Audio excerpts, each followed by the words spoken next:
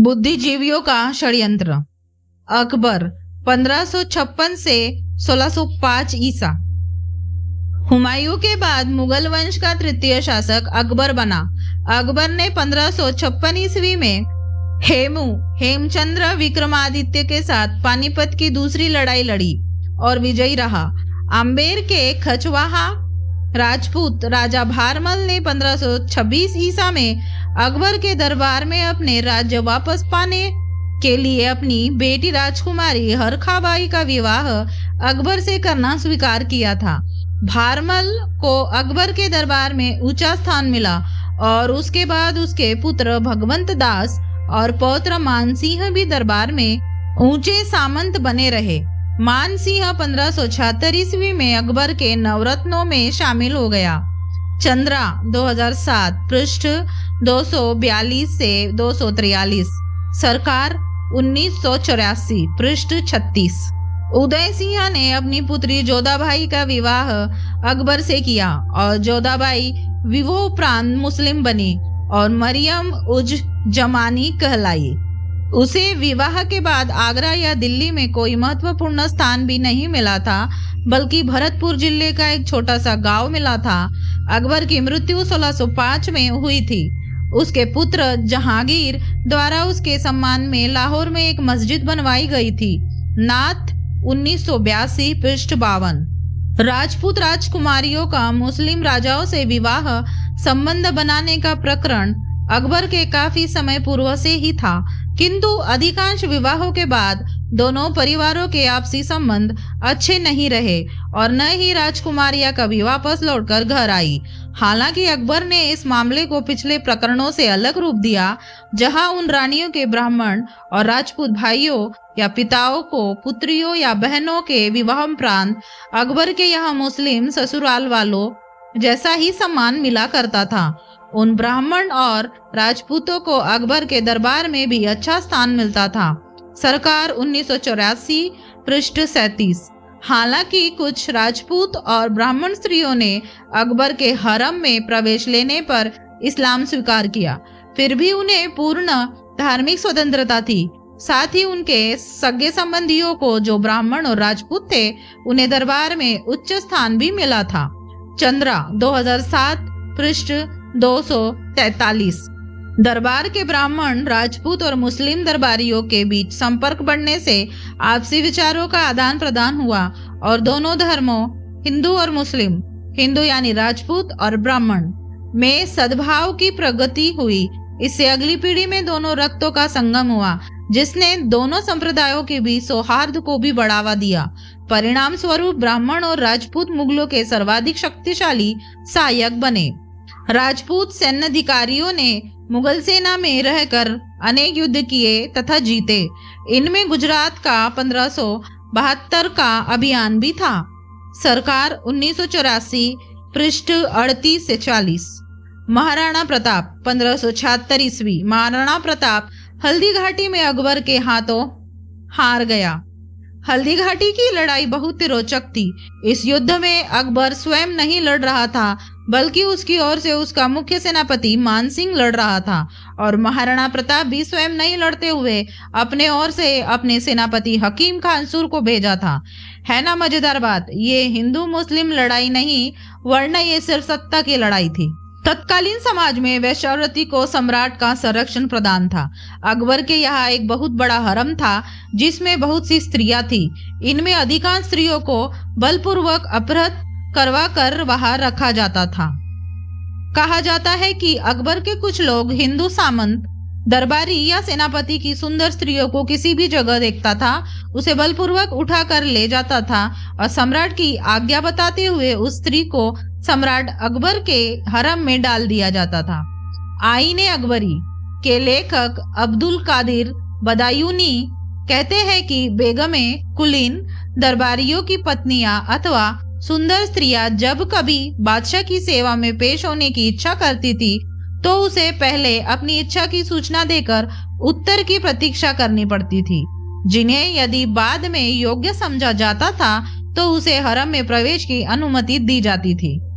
आईने अकबरी पृष्ठ 15। कौन कहता है अकबर महान था? 10।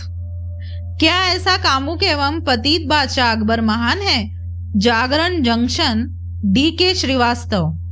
अकबर ने अपने सारे दरबारी, सेवादार एवं छोटे छोटे जगहों पर नियुक्त राज्यपाल को बाध्य किया करता था कि वह अपने घर की सुंदर स्त्रियों का नग्न प्रदर्शन सामूहिक रूप से आयोजित करे, जिसे अकबर ने खुदारोज प्रमोद दिवस का नाम दिया हुआ था।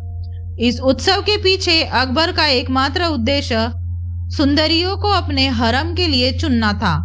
राजस्थान का इतिहास, कर्नल टॉड, पृष्ठ 274 से 275। गोंडवाना की रानी दुर्गावती पर भी अकबर की कुदृष्टि थी। उसने रानी को प्राप्त करने के लिए उसके राज्य पर आक्रमण कर दिया। युद्ध के दौरान वीरांगना ने अनुभव किया कि उसे मारने की नहीं वरना बंदी बनाने का प्रयास किया जा रहा है, तो उसने वही आत्महत्या कर ली। तब अकबर ने उसकी बहन और पुत्र बधू को बलपूर्वक अपने हरम में डाल दिया। अकबर ने यह प्रथा भी चलाई थी कि उसके पराजित शत्रु अपने परिवार से चुनी हुई महिलाएं उसके हरम में भेजे। अन्य उल्लेखनीय कार्यों की ओर देखे तब स्पष्ट हो जाएगा कि अकबर अपने हिंदू सामंतों, ब्राह्मण और राजपूत से कितना अभद्र व्यवहार किया करता था। Doctor D.L. पालीवाल, शिक्षा, महाराणा प्रताप स्मृति ग्रंथ, साहित्य संस्थान राजस्थान विद्यापीठ, पृष्ठ 183। अकबर के नवरत्न और प्रधान सेनापति मानसिंह द्वारा विश्वनाथ मंदिर के निर्माण को अकबर की अनुमति के बाद किए जाने के कारण हिंदुओं ने उस मंदिर में जाने का बहिष्कार कर दिया था। कारण साफ था कि प्रधान सेनापति मानसिंह के परिवार के अकबर से वैवाहिक संबंध थे। Uday Kumar, SP, 2005, presenting the past, ancient history and ancient future in Hindutva India, Greenwood प्रकाशन गृह, पृष्ठ 99। ISBN 02759720097। अकबर के हिंदू सामंत, ब्राह्मण और राजपूत अकबर की अनुमति के बगैर मंदिर निर्माण तक नहीं करा सकते थे। बंगाल में प्रधान सेनापति मानसिंह ने एक बार मंदिर का निर्माण अकबर की बिना अनुमति के आरंभ किया था। जब अकबर को इस बात का पता चला तब उस काम को रुकवा दिया था और 1595 में उसे मस्जिद में बदलने के आदेश दिया। अकबर के प्रति हिंदू किसान मजदूरों के दिल में काफी नफरत भरी रहती थी। उन सबों के आक्रोश की हद औरंगजेब के काल में हुई एक घटना से पता चलता है। हिंदू मजदूर किसानों के एक नेता जाट राजा राम ने अकबर के मकबरे सिकंदरा, आगरा को लूटने का प्रयास किया, जिसे स्थानीय फौजदार मीर अबुल फजल ने असफल कर दिया। इसके कुछ ही समय बाद 1688 में राजा राम सिकंदरा में दोबारा प्रकट हुआ।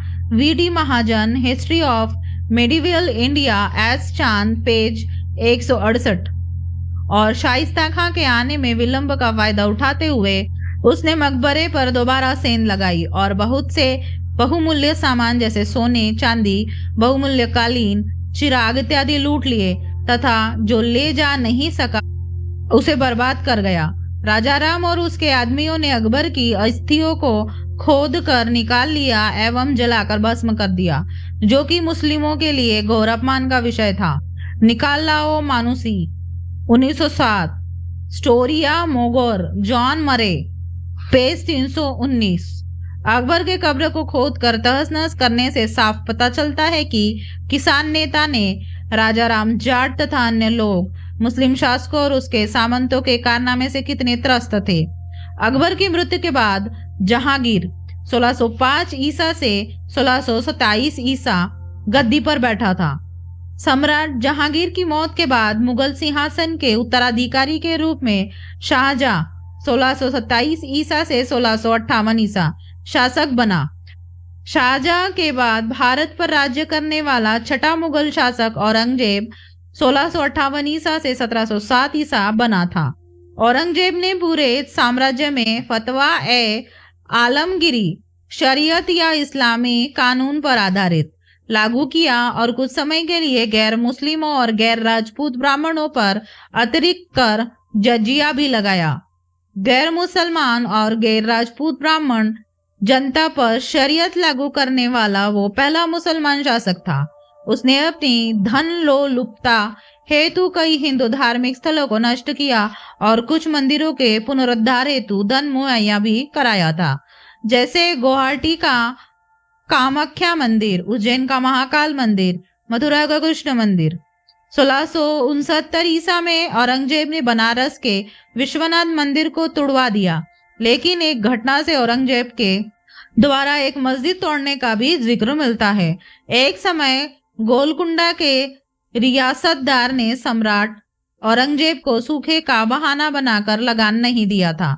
औरंगजेब ने अपने गुप्तचर द्वारा इस सच्चाई का पता लगाने भेजा तो ये बात झूठ निकली और मालूम हुआ कि इसने सारी संपत्ति को एक मस्जिद में छुपा रखा है।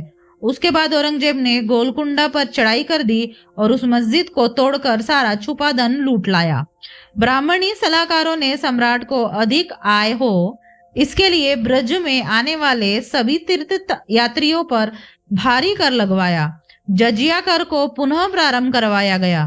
तोड़े गए मंदिरों की जगह पर मस्जिद और सराय बनाई गई तथा मकतब और कसाई खाने कायम किए गए।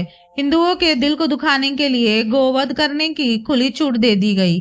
उसके दरबारी और सेनापति के द्वारा उत्तर पश्चिमी भारत के बहुसंख्यक हिंदुओं को काफी मजबूर किया, जिसके फलस्वरूप उत्तर पश्चिम भारत के हिंदुओं ने मुगलों से लोहा लेने हेतु नानक के 90वें अनुयायी गुरु तेग बहादुर से मदद मांगी। तेग बहादुर ने इसका विरोध किया और औरंगजेब ने उन्हें फांसी पर लटका दिया। इस दिन को कबीर और नानक के शिष्य, जिन्हें अब सिख कहते हैं, आज भी अपने त्योहारों में याद करते हैं। औरंगजेब के शासनकाल में युद्ध, विद्रोह, दमन, चढ़ाई इत्यादि का तांता लगा रहा। उत्तर पश्चिम में कबीर और नानक के अनुयायियों की संख्या और शक्ति में बढ़ोतरी हो रही थी। दक्षिण में छत्रपति शिवाजी की मराठा सेना ने उसको नाक में दम कर दिया था। छत्रपति शिवाजी को औरंगजेब ने गिरफ्तार कर तो लिया, पर छत्रपति शिवाजी और संभाजी के भाग निकलने पर उसके लिए चिंता का विषय बन गया था। अंततः छत्रपति शिवाजी महाराज ने औरंगजेब को हराया और मराठों ने पूरे दक्षिण भारत में अपनी ताकत बढ़ाई।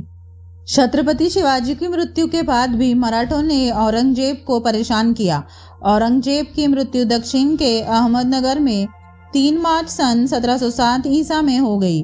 दौलताबाद में स्थित फकीर बुरहानुद्दीन की कब्र के अहाते में उसे दफना दिया गया था। उसके बाद मुगल शासक बाबर के सशक्त उत्तराधिकारियों के क्रम का लगभग अंत हो गया। नोट: सवाई जय सिंह II ने जयपुर शहर बसाया। वह 1743 ईस्वी तक जयपुर, उज्जैन, दिल्ली, बनारस तक राज किया। दिल्ली में जंतर मंतर का निर्माण कराया। सवाई जय सिंह II को औरंगजेब ने उसकी सेवा से खुश होकर सवाई की मौखिक उपाधि दी थी।